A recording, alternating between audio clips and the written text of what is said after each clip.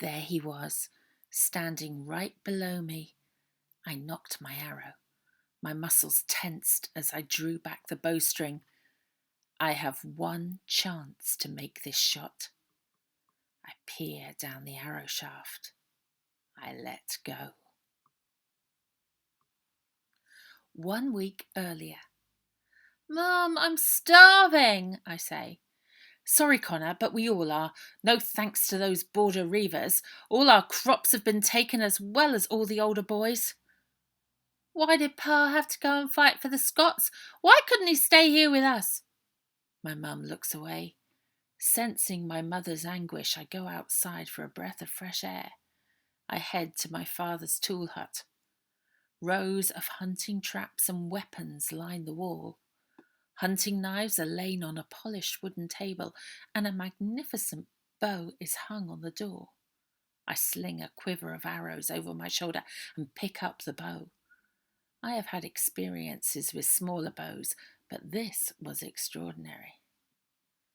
Suddenly, I had an idea. I pick up some smaller bows and bring them with me. As quick as a flash, I turn and run through my town, giving bows to every kid who was courageous enough to fight. I teach and train day and night, waiting for the day to come. Then, before I knew it, I, Connor McGregor, was perched in a tree getting ready for the reavers to arrive. My shot flew through the air and impaled itself in the reaver's leader's throat.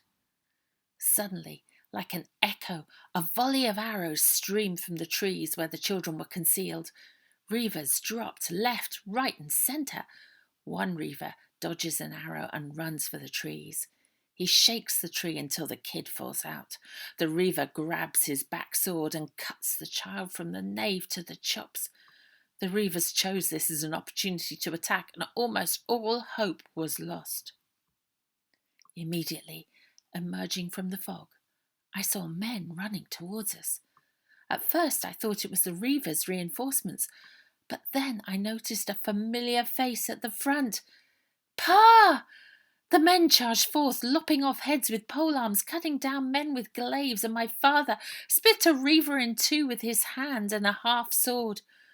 Afterwards, I leapt from the trees and sprinted towards my father.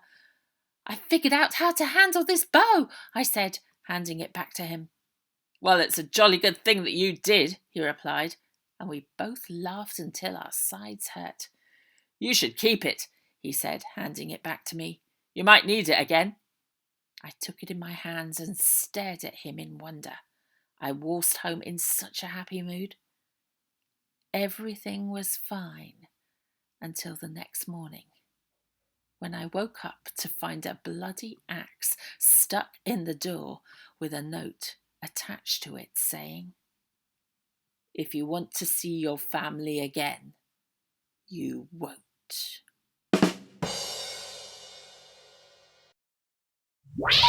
Please hang up and try again.